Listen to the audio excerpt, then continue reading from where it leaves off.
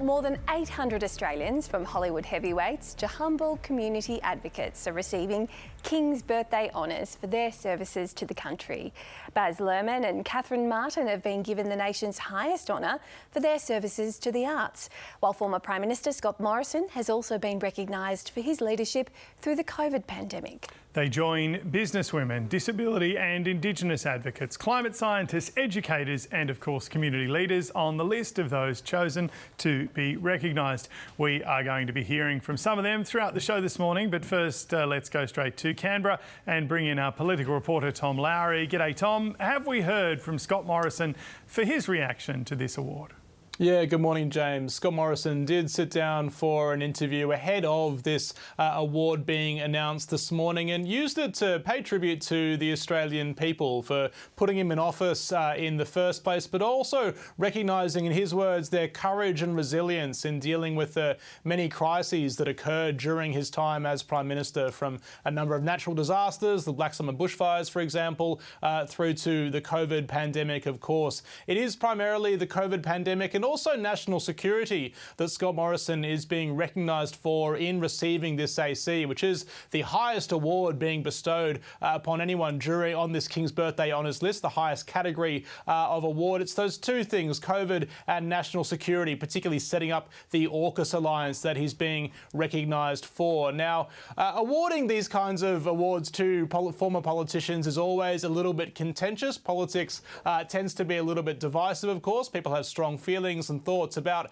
their political leaders, both current and former, but it is quite typical for former Prime Ministers to be given these awards. Every Prime Minister from John Howard onwards has received an AC. A number of former Premiers have too, so it is somewhat routine for these awards to be issued to former Prime Ministers. Scott Morrison was also asked in this interview if he has any regrets from his time in office, and he said that you don't get everything right, but it's not something that he dwells upon. He simply sought to move on to the next challenge as it came towards him. He was also asked about his decision to swear himself into a number of different ministries, something that was revealed after he left office, but he somewhat brushed that aside, saying that those were latent redundancies, and he says unusual things happened in unusual times. We should hear from the former Prime Minister now.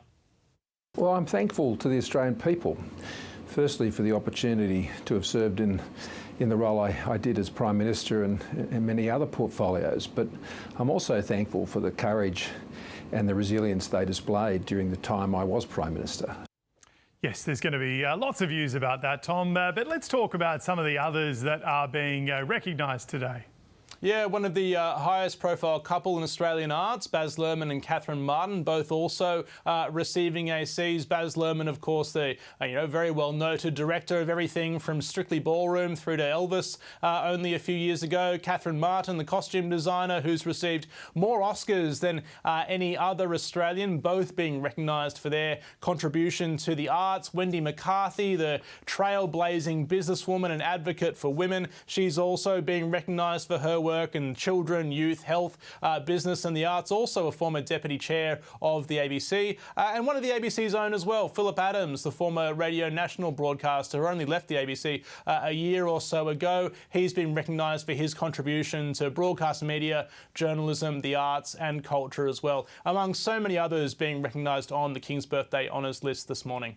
All right, Tom Lowrey reporting there from Canberra. Thank you.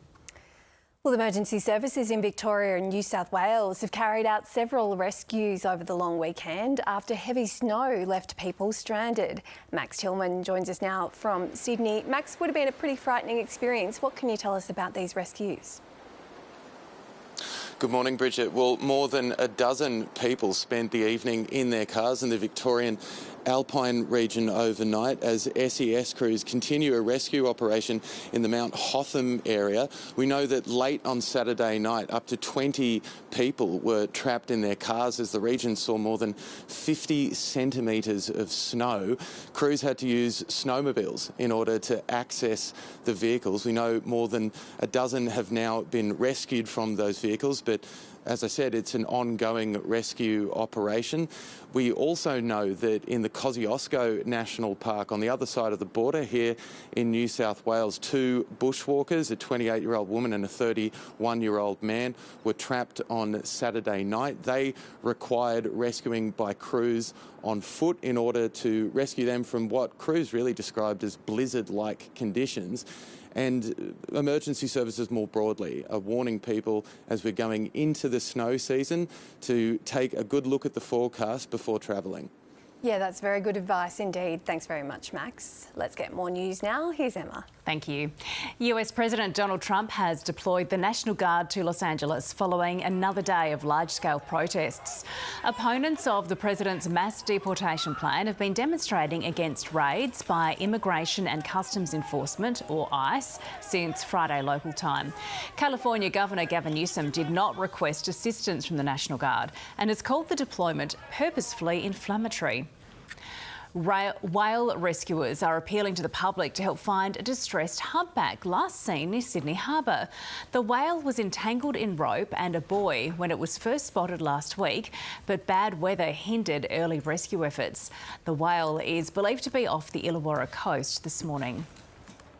The MCG will host the 11th Big Freeze this afternoon with sporting greats including Mark Taylor, Liz Watson and Peter Dacos among those taking the icy plunge.